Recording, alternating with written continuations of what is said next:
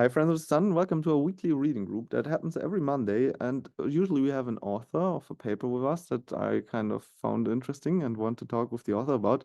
And yeah, today we have Masa and Xiner for their paper on steering diffusion models with non-differentiable rewards. And that is, for example, includes discrete diffusion models and generating some DNA sequences or generating small molecular graphs.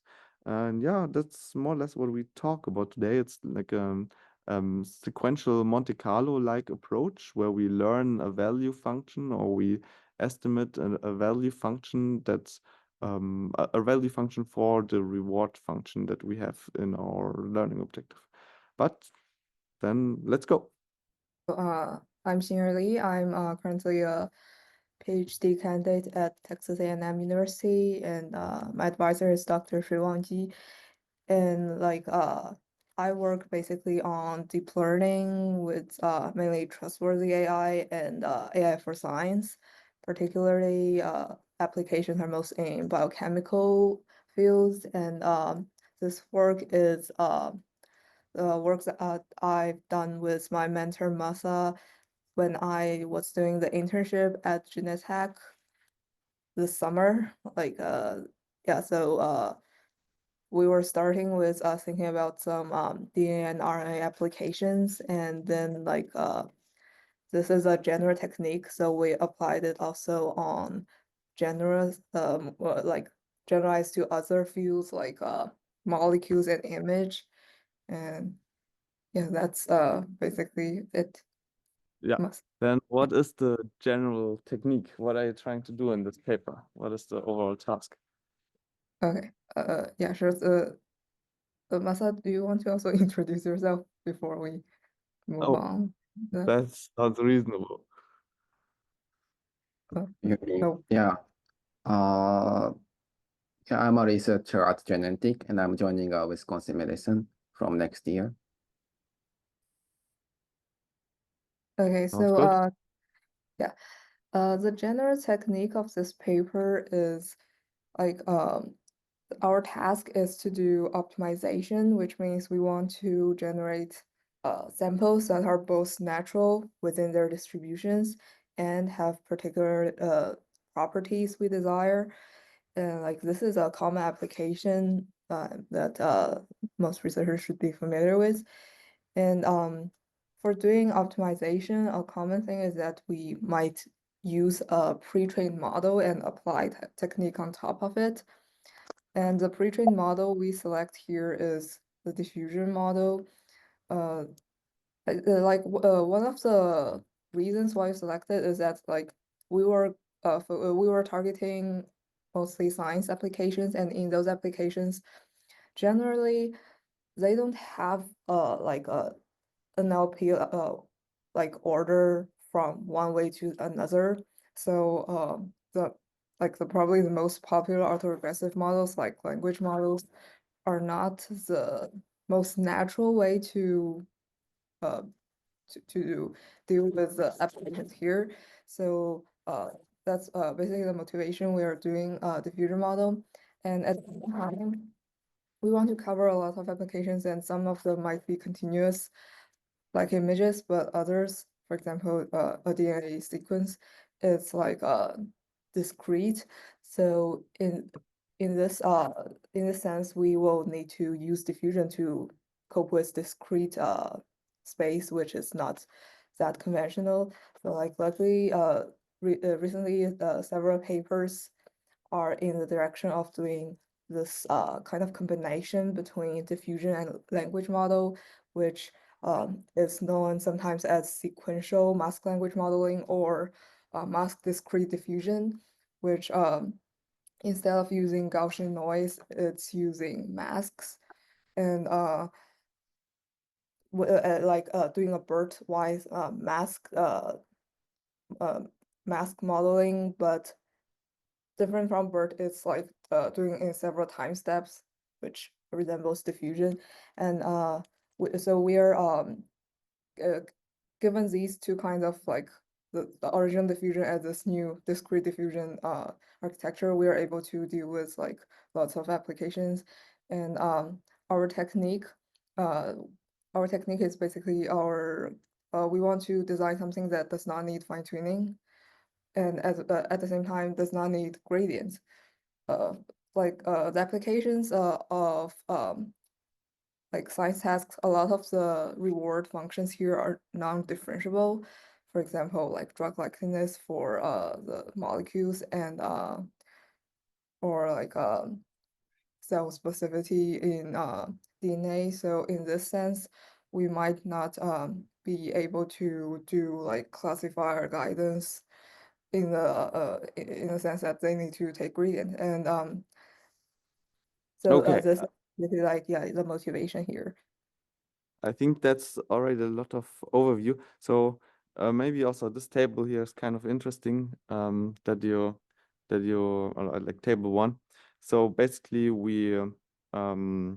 right, we now could go, or there are all these tasks where we have a differentiable reward function. And then maybe there are now some or like several techniques that we can do with differentiable reward functions, like just standard classifier guidance if we have if we want to optimize such a reward. But now we want to consider cases here where we have some reward functions that aren't differentiable, like for example, I don't know, the synthesizability score of a small molecule or stuff like that. And yeah, now you have your discrete diffusion model and you present a technique to still sample its tilted distribution if we only have access to this non-differentiable reward function. So in some kind of RLE approach, this will be, I suppose. Let's maybe look at some equations of your problem setup, right? We have our objective here. Yes. Okay. Do you wanna say what's going on here? Yeah, Like, this is basically the goal of doing like optimization, which is like the first part A is basically doing uh this part of objective which we want to get high rewards so we can get certain good properties of a sample, and the other part is basically we want to still preserve the naturalness, like we follow the large distribution modeled by the pre-trained model. Yeah. okay. So we want to we have our pre-trained or this guy here in green is our pre-trained diffusion model, and Yep. we want to sample it, but now tilted by some reward function. And this reward function is not differentiable, like these guys in green that I'm underlining. Yeah. And we want to still do the deal, even if these aren't differentiable. And we only have it for X, right? The final sample that we generated. We don't have these what you will call later on value functions. We don't have them for the XTs. Okie dokie. Then let us maybe continue in how you want to do this. Yeah, you define this soft value function. Do you quickly want to say what that is? Yeah, so this here the soft value function basically means that so we want to apply a value function to resemble the reward the reward functions like what it does, but we want to apply it not only on the final generated samples, because that will be just like rejection sampling. We want to apply it on all the intermediate states in diffusion as well. So like diffusion, it can have thousands of time steps, and in each time step there are like these intermediate noisy or masked states, and we want to apply value functions on them.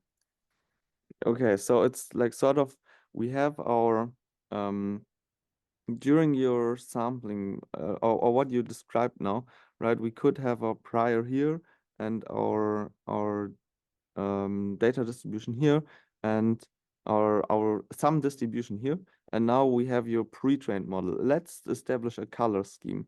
Like this is always the pre-trained thing, the pre-trained trajectories. And now you could stop it.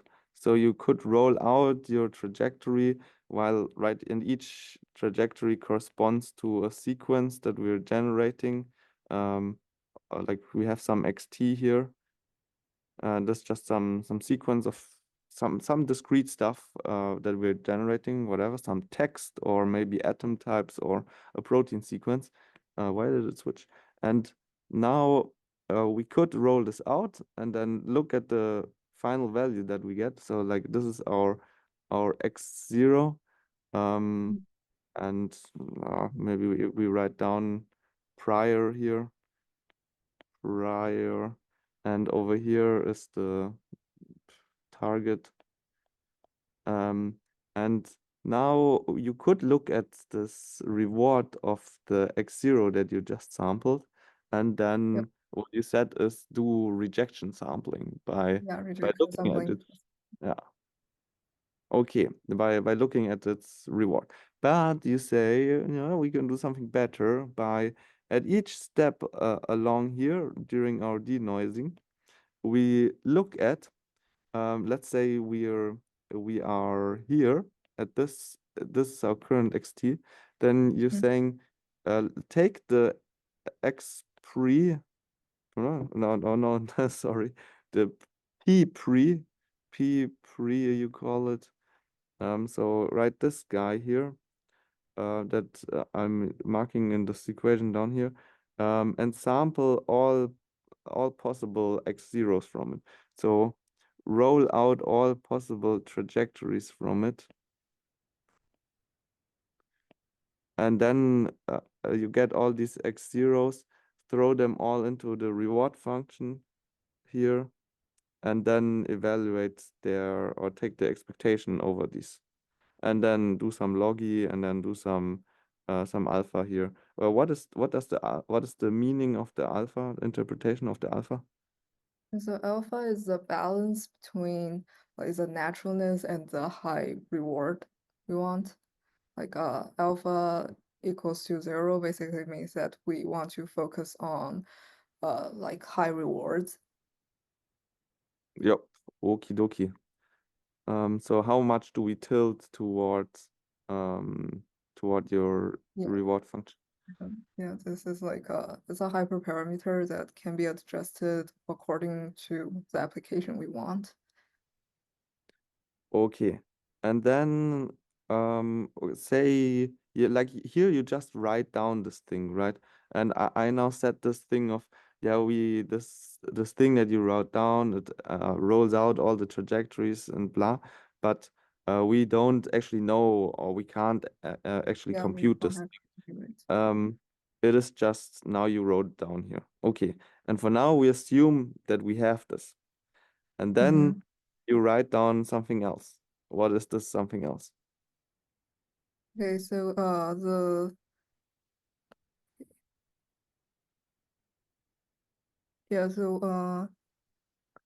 So this is here, like right, you have your pre-trained policy here yeah. in pink, and then we have your Yeah, basically P. means that we want to sample according to this value function. Like just like if we want to we still want to sample from our prior distribution, but we take this value this value function that can give us scores here and weight the distribution of the prior pre-trained model, and now we sample from this weighted distribution. Yeah, so it's like you have this pre-trained thing which takes some x I don't, I hate your xt order. No, so it takes in xt and then gives xt minus 1, right?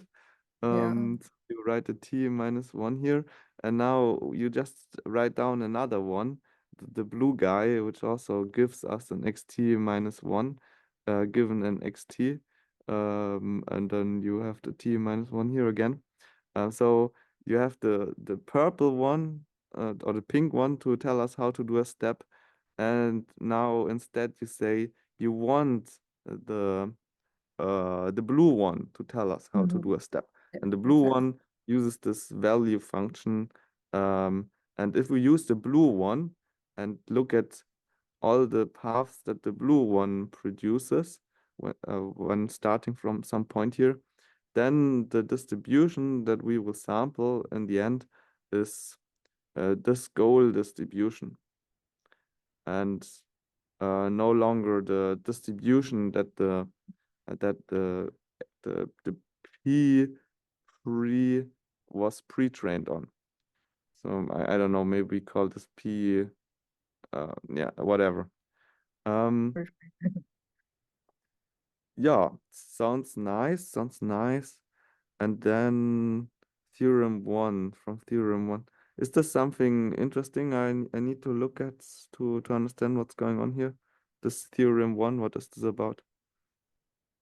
That is like from one of Masa's prior work on doing RL fine tuning, and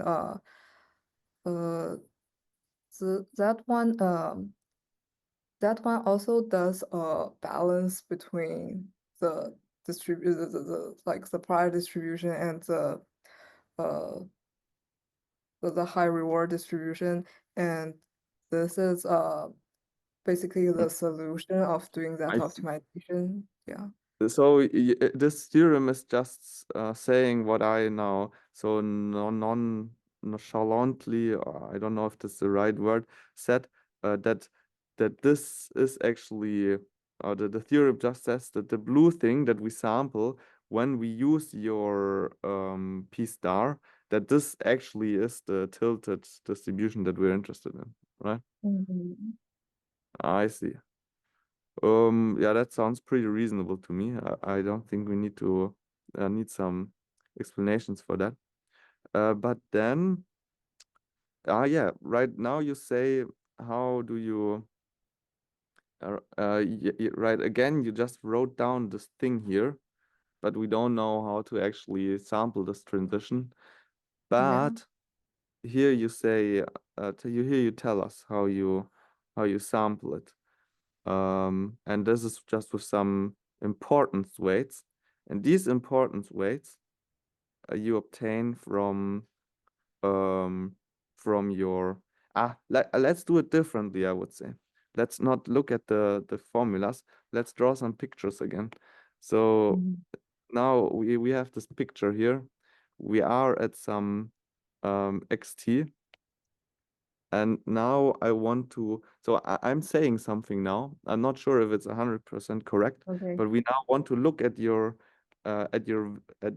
algorithm one for sampling Mhm. trajectories with your method under the assumption that we have such a VT given.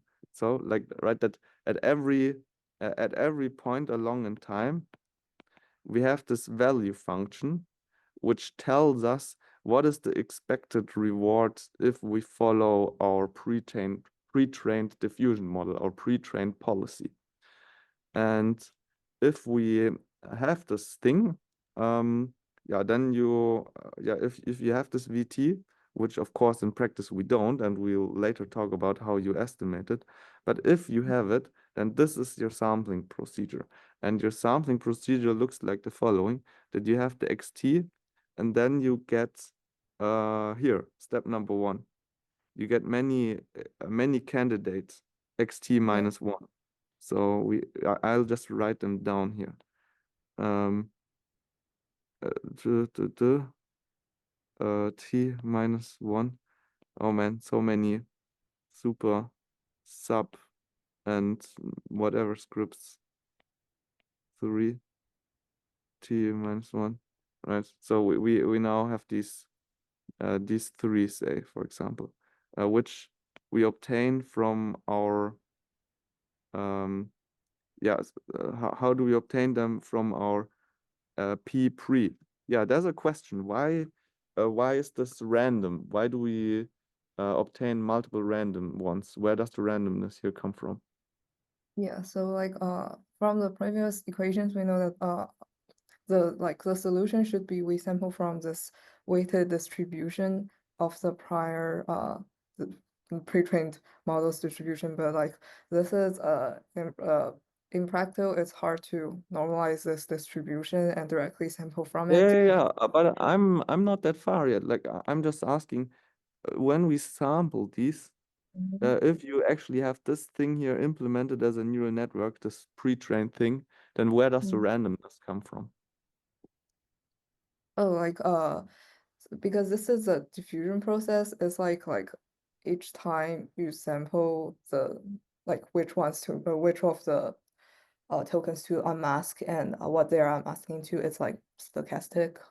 Yeah, just Okay, like so adding you, random noise. Yeah. yeah, basically, your discrete diffusion model is one where you start with all masks and then you randomly choose which ones to unmask, and you basically ask your diffusion model what they should become if you unmask them. Yeah, it's not like totally random. It's decided by the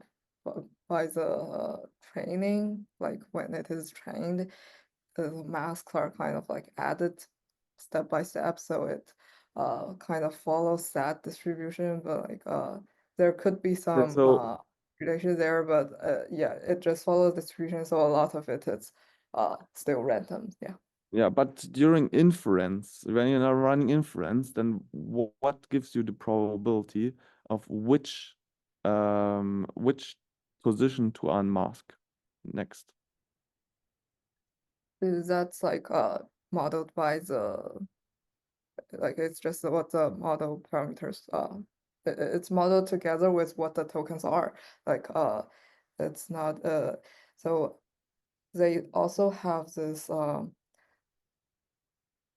first like all the unmasked tokens are filtered out, and for the ones that are like these that are they need to be like decoded, they are like selected with this stochastic process, and then the probability distribution gives them like which tokens it wants to be unmasked into.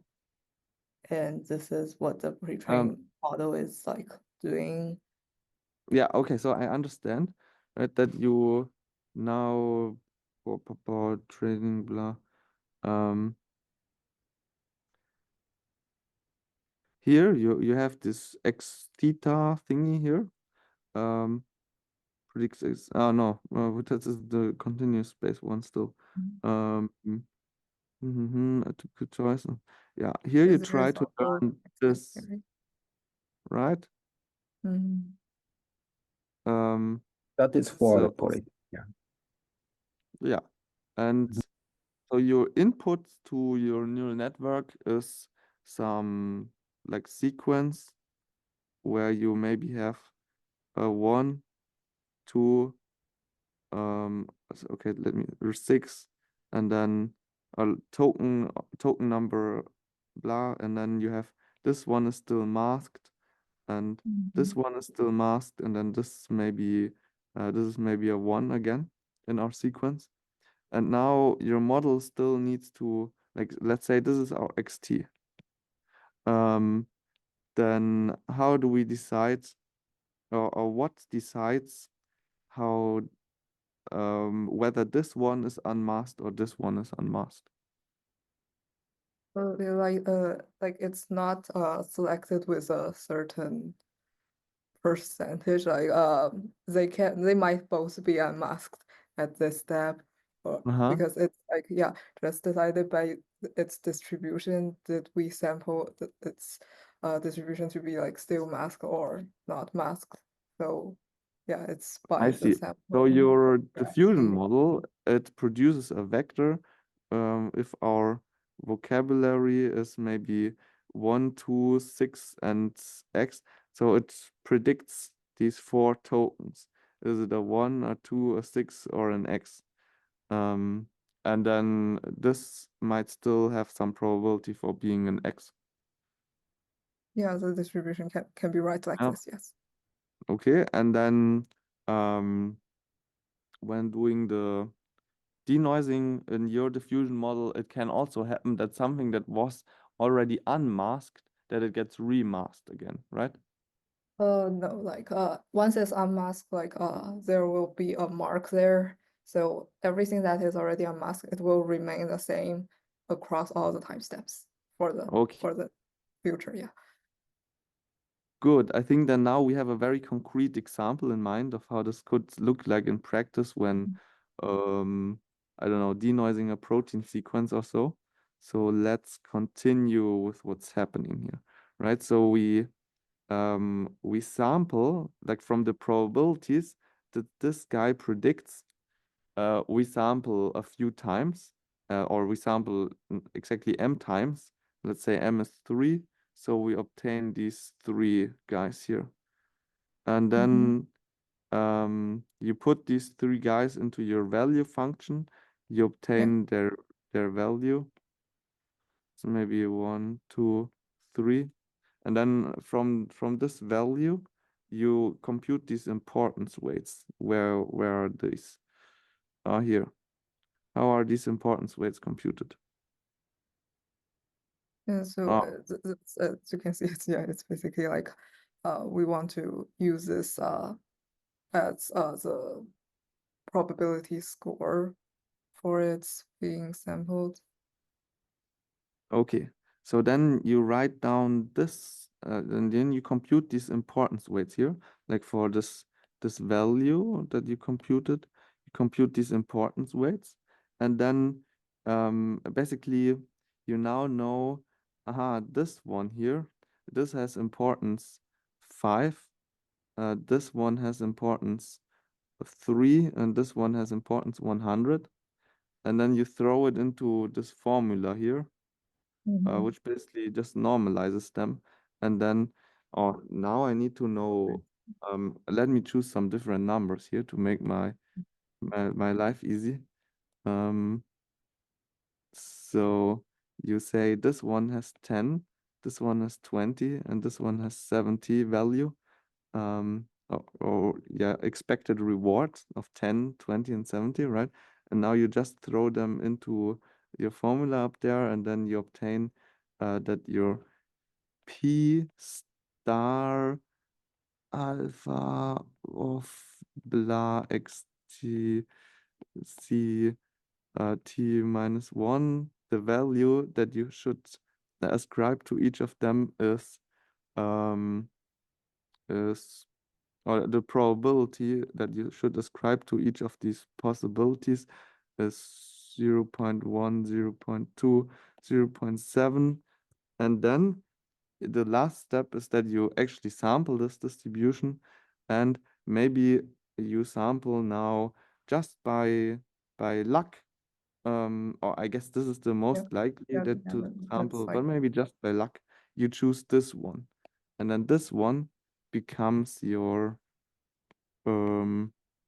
xt minus 1. Yeah, for the sample, yeah. Okay, and then you continue and do the whole deal again with these 3. So now this reminds me a lot of this twist function learning and this sequential Monte Carlo, and so on. Oh no, before we get into what this reminds me of, let's say actually how do you obtain this v hat? Yeah, can you elaborate on this? Basically, you have 2 algorithms, 2 versions, the algorithm 2 for obtaining the v hat and algorithm 3 for obtaining the v hat. I think algorithm 3 is simpler. So what's going on here? Okay, so this basically use a technique in diffusion, which we can estimate the final distribution at x0 from an xt, like what DDIM does to improve efficiency from DDPM. And so like it's rather straightforward just to talk about. The good thing about this algorithm is that we don't train anything at all. It's just a calculation, so yeah, Yeah. we don't So need we to learn literally just anything say yet. you take your diffusion model, your denoiser, the prediction of your denoiser, put it in the reward function, and then treat this as your value function. Mhm. Yeah, So because this like is once we get the final x0 estimated by this, we can throw it into the reward function. So so these two if I together, yeah. if I draw my image here for the third time, this is kind of like being like, right? So this is maybe the, okay, let's say that our data only has density here and here, which we want to sample from.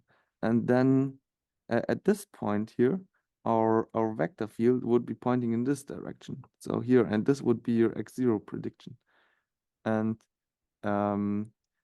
meanwhile, like what you should actually do, so to say, is to roll out the thing and then you end up here. Roll out the thing and then you end up here. Or let's maybe you should roll out the thing and then you end up here, or roll out the thing and then you end up here. But what you now actually do, this x0 head, is that you put this thing into your value function, because at this point here, your vector field still points in this direction. So this is then kind of why this is bad, right? Or why this is might be a worse approximation than what you do in algorithm 2. Is that right? Yeah, so, yeah, it is an approximation. Like we don't actually observe like one of the algorithms being always worse than another. So yeah, definitely algorithm 3 is an approximation. So what it approximates can be like not exactly the ground truth if we roll out. And this is also pointed out in the DDIM paper, but as they like also can see this the degree that it moves from the ground truth, the loss of precision is still small, so it's still a relatively good way to do the approximation. Okay, then let's talk about your first way of approximating the value function. Do you train here some neural network, Yeah, or do you train it? we train a neural network here. So yeah, the advantage of this one is probably it models the distribution better with the help of parameters. The disadvantage over the other algorithm is we now need to train something, and it's always good if we can avoid all the training and just make everything easy. So the Oh, training here is mm, is okay, the algorithm 2 here is the training, right? yeah, And while this right here is approximation. just some definition. Okay, so here this training is that you do you actually roll out? Yes, you roll out Yeah. your trajectory. So we do basically what we wrote down here. You want to train your value function for this xt. So you roll it out, then you put it into our put your x0 into your reward function, and you roll it out again and put this x0 into your reward function. Then you average these, like take the expectation of them, and get some number out. And this number, you say, should be the same as what your value function produces when you put in the xt. And that's how you train it. Is that right?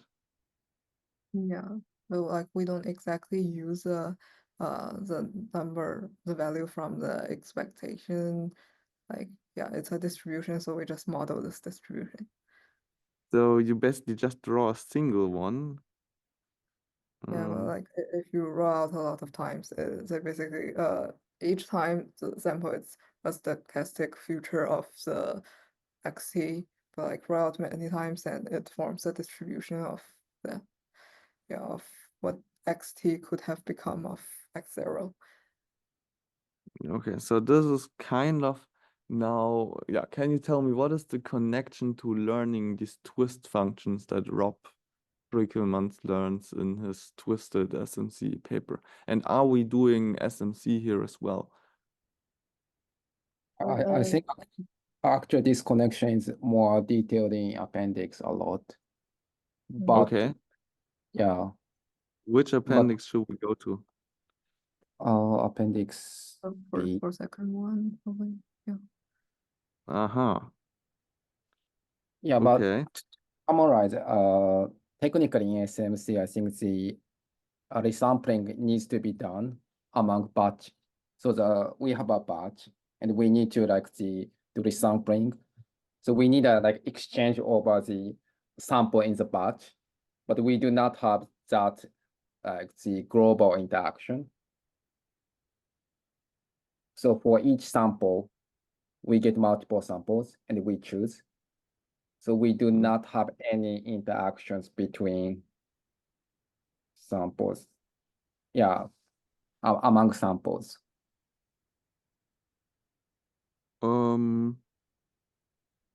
But the definition of function is the same essentially. Okay, so you're saying that in SMC we have some interaction between the samples when determining the importance weights. To go to go to next step. Yeah. So the calculation of importance weights is very similar, but technically also it's a bit different because if you see this algorithm on the screen, we need to calculate the weight. Like the numerator, denominator both have value functions.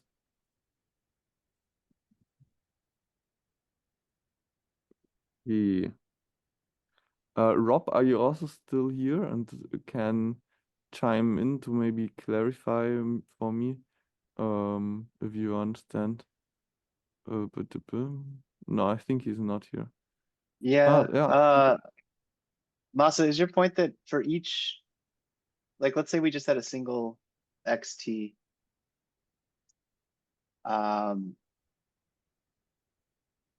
we can consider like a single XT versus N different XTs. But for each XT, you're saying that you draw like K candidates from the next diffusion step. I see. Yes. And so then Yeah. it makes sense that those, and I think that's why you're using the term like nested or connecting with nested sequential Monte Carlo, because it's kind of like, yeah, like one level. Okay, Yes. so Yeah. You have N and K, and maybe you can, this still makes sense with N equals 1.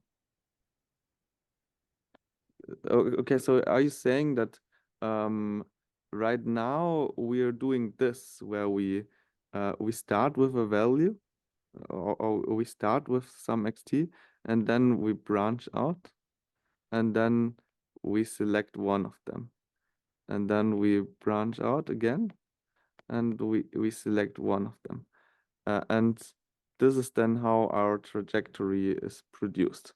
And meanwhile, and this selecting one of them is always done based on the importance weights. And meanwhile, in SMC, you would start out with 1, 2, 3, 4, 5, and then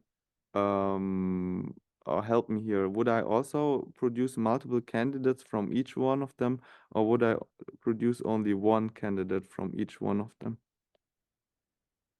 Yeah, just one. Yeah. Okay, I would just produce one candidate from them and then sample and then sample, maybe this one becomes the one, this one, and this one becomes this one becomes this one, and this one is just dropped away. This one is dropped away, and this one, and this one is dropped away.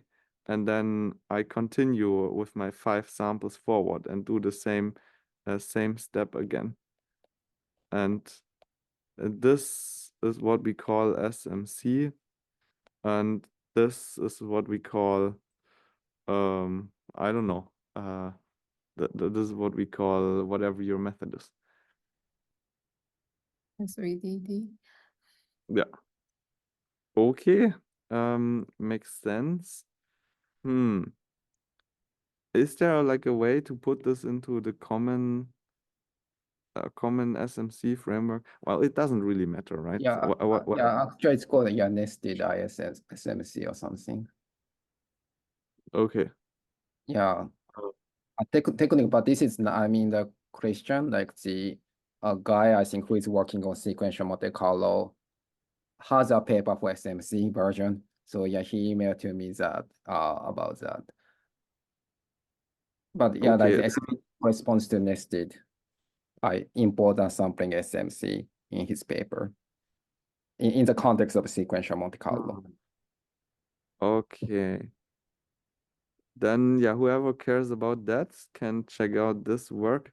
But for us, I think we've now discussed the methods in its completion, and we could go to some questions about the method, some drawbacks that we would expect in one or the other.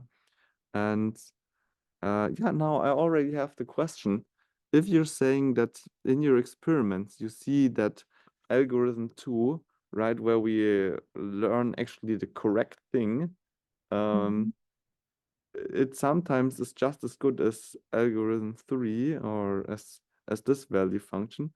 Okay, let's call it the learned. So the learned value function is sometimes only as good as the naive value function.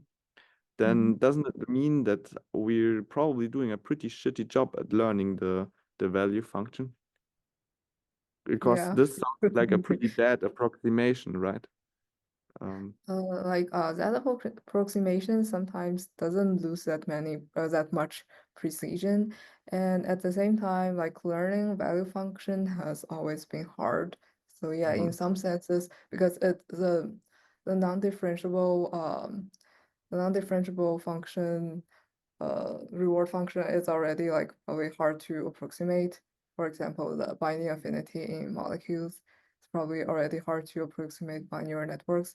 And if we want to even extend it and like cover all the time steps, it will be like even a harder job. So that could be the case that it's very hard to learn. Like I think our method is we're not only focusing on the performance but we are also looking at like the applicability and efficiency, these kind of things. That's why we are trying to do it in the way that we don't need gradient, we don't need differentiable reward and all this. So I would say that there are cases, and yeah, this would also answer there is this question of In the like chat. why yeah, in the chat of why algorithms 3 and 2 are comparable. So like if we just focus on the performance, then we can compare everything, including like our method against a fine-tuning thing that takes more resources to fine-tune the big pre-trained model. Like just regarding performance, these can all be compared in that what result we want. But at the same time, Yeah, there are let's also make like where it's makes switchable sense, right? Like one more efficient, or one we don't even need to do some training, or one we need to train the value function as well. We would expect that the one with the correct trained value function does a little better, but we'll see what comes out of that in the experiment. Now, for looking at this experience, maybe these baselines. All right, okay, so this is your method. And then you say SMC-based methods require differentiable models. Do not. Oh, okay, which do not require differentiable models. That makes a lot more sense. Okay, and like how concretely does this SMC look like here? Is this basically what we drew down here in the appendix? Yeah, here, like this. Yes, yeah. And I think technically like the probably more than 5 papers present SMC. around 5 papers present SMC in diffusion context. So Okay. we use the most basic version, but yeah. And then what value function do you use for SMC? We use the same way. Same way means that like posterior mean approximation. Okay, so you try both of your value functions also for SMC. Okie dokie. Then DPS, damage per second. Oh no, that is my olden days. It is a widely used training-free version of classifier guidance for discrete diffusion. I see. I think maybe the main comparison that we can focus on is this SMC. Or maybe this is some naive baseline, best of n. We generate Yeah, samples from rejection sampling. I see. Best of n is rejection sampling. Okay, so the most naive thing, and then so we have basically doing nothing. Then we have the most naive thing, and then we have the standard thing that one would probably do, and then we have your stuff. So some nice baselines, and then the tasks. I think for molecules it's pretty clear. Okay, does your molecule generation model, is it like a discrete diffusion model that produces bonds and atom types, or does it also produce 3D coordinates jointly? It's two-dimensional. It does not consider the 3D structure, and it's a diffusion, but like it's not the discrete diffusion. It's like the previous work that models the adjacency matrix and the atom features using like quantized way. Like it's then the diffusion is still done in the continuous space. I Yeah, see. Okay. yeah, previously there, I think there isn't discrete mass diffusion doing But molecules. yeah, I think the digress is probably stated. The discrete diffusion, but we just use continuous diffusion. Okay. Oh, Then okay. we have images, blah. This is also continuous, I suppose.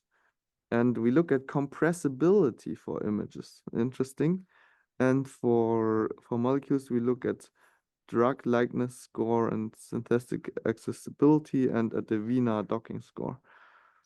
That's all good. Okay, then can you maybe explain a little bit what is the enhancer task? What is the value function that we're targeting there? And the enhancer task is that we have this pre-trained model of human enhancers, and what we want to do is to get enhancers with high cell specificity, and like cell specificity have quite some properties that can be considered. Here we're doing like HapG2, and this is like more for uh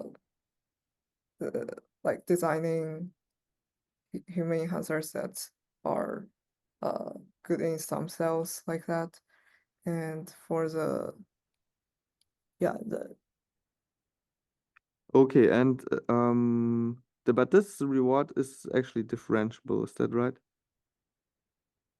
like if when it's modeled by it's modeled by parameterized models, yeah, it's differentiable. Okay. Then let's just look at the numbers. So this is your naive, or this is basically the naive value function, and this is the learned value function. And what value function do you use here? It's a PM thing, yeah. Okay, The so this product. uses the naive value function. Naive, learn, naive. Okay, and then yeah, I guess whoever wants to look at big tables can look at the big tables, but there's much bold here. No bold in these ones. And the number differences seem pretty big. Yeah, I don't want to go into experiments into too much detail. Do you know what SMC looks like with the learned value function?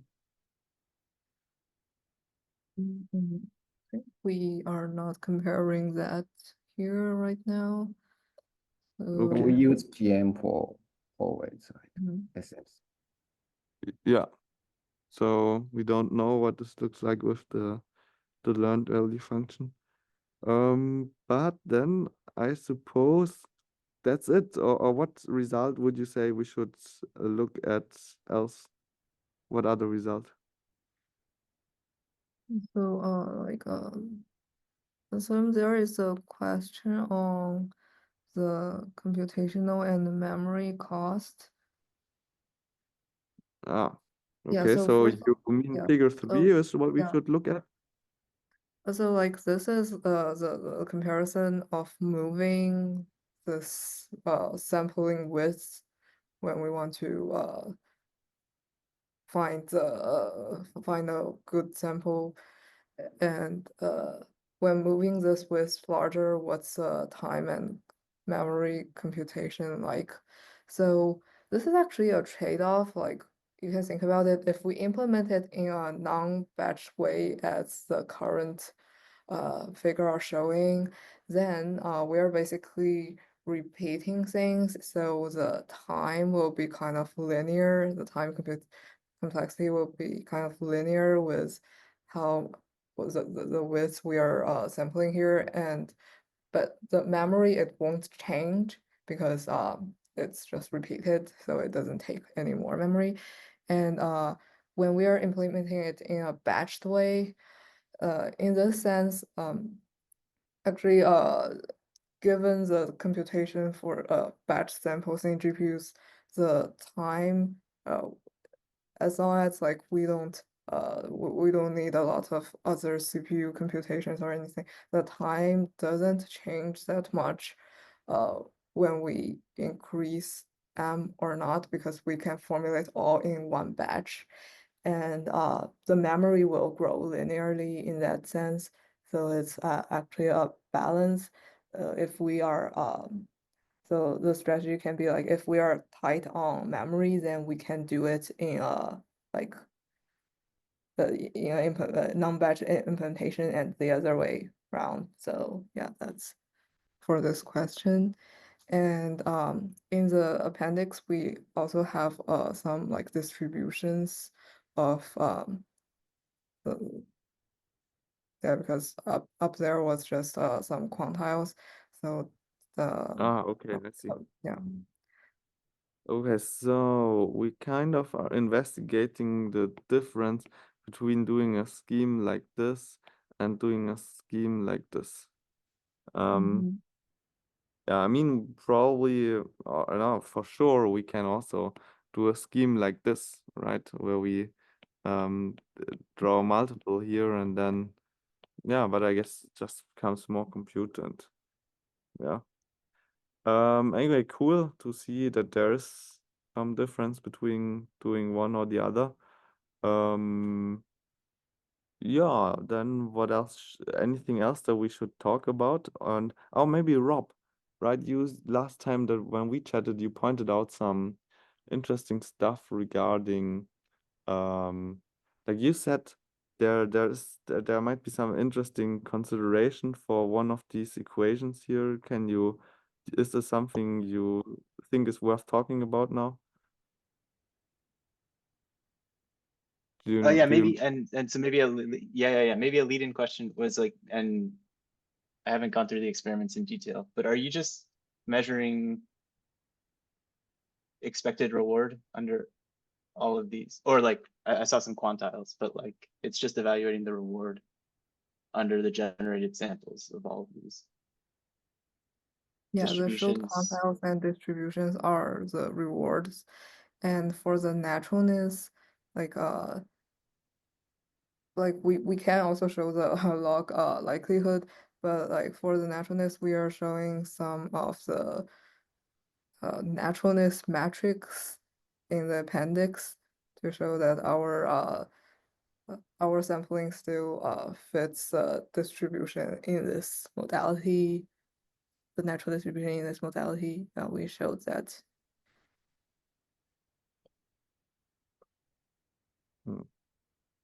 I see. So yeah, I guess, and then in your sampling procedure for different alpha, you get different focus on the reward. So then that feeds through to the final expected reward. Yeah, it's more like, oh, what are we focusing on? So comparing the reward is one straightforward way to do it. And the naturalness like him. Yeah, I think we just set alpha Yeah, yeah. always equal to 0, right? So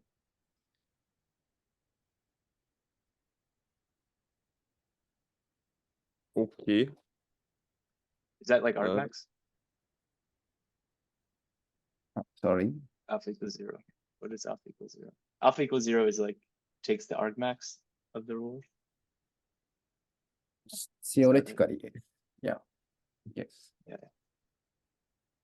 Oh yeah, because I think my concern was that the Monte Carlo regression, or I guess even the posterior mean approximation, are estimating. If you go to section 4.3 comments.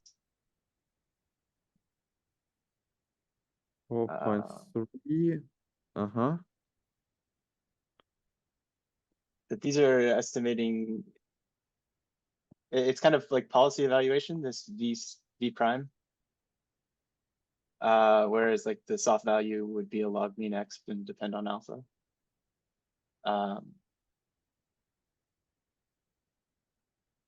I see. So you take an issue with the fact that we're learning this v prime while we would actually want.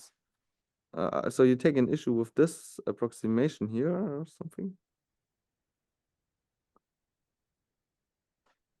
I guess issues may be a bit strong, but like maybe yeah. So then it's maybe not clear that you want to be like resampling with respect to the exponentiated rewards as opposed to just the expected rewards. Like I don't know. That's like the way place it would make a difference, but Yeah. Wait I a think second. I was So just can you calling guys attention to this. why do we why do we not just compute this guy during training and then regress our value function to that? Why do we instead why is this one here easier and then we regress the value function to that? So I think first, yeah, like this is approximation, but technically, like if we use like posterior mean approach, it's the same because in posterior mean approach in algorithm 3, like that's what I mean, without, let's say like we use VT as a definition, it's still the same. But if we use algorithm 2, like using VT or V prime T make a difference. But the reason why we use V prime T is that it does not depend on alpha. So, I mean, looks easier. And also our goal is like most of the application we are thinking about is optimization. So like we always set alpha is basically 0, like using argmax. So if we do conditioning, I think the story might be different. So our approach can be technically applied to conditioning. Like in that case, we shouldn't set probably alpha is equal to 0, but if we are focusing on reward optimization, so yeah, that could be also reason. Nice. So you basically ignore the alpha and yeah, I don't know. But still, can you tell me why would it be interesting to pull out the expectation here? Like why should I do that? Because like if we don't put like VT always depends on alpha. Oh. And also, yeah, I scaling the reward could be a bit tricky as well. So there's a bit typo, but like R needs yeah, to a be bit. divided by alpha. So should there still be an alpha here?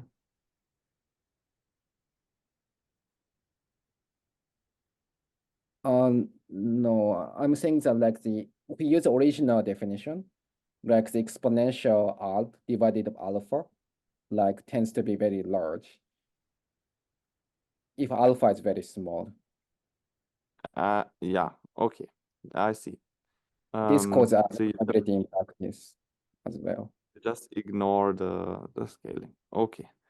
And then yeah, maybe we found one typo. Yes, Locke did our contribution to the paper. Well then, any other questions, Rob, from your side or from anyone else? Well, that's a no to me. If otherwise, then direct them to our good friends via email. I'm sure they're happy to answer like this. And yeah, then Masa, I suppose, is how we should say it. Masa and Xina, thank you for discussing your paper with us, answering some questions. And thanks, Rob, for contributing to the discussion. And yeah, any other last words that you two want to say before we call it a day? I think that's a good opportunity. Thank you for like sharing the paper here. Good. Yeah. That's a fine last word. Then let's call it a day here. Thanks for joining us, and to everyone else, hope you join next week. And I'll leave you to it to read some nice iClear papers where the PDFs are now available. So I guess we have some reading to do. See you around, everyone. Thank Bye. you.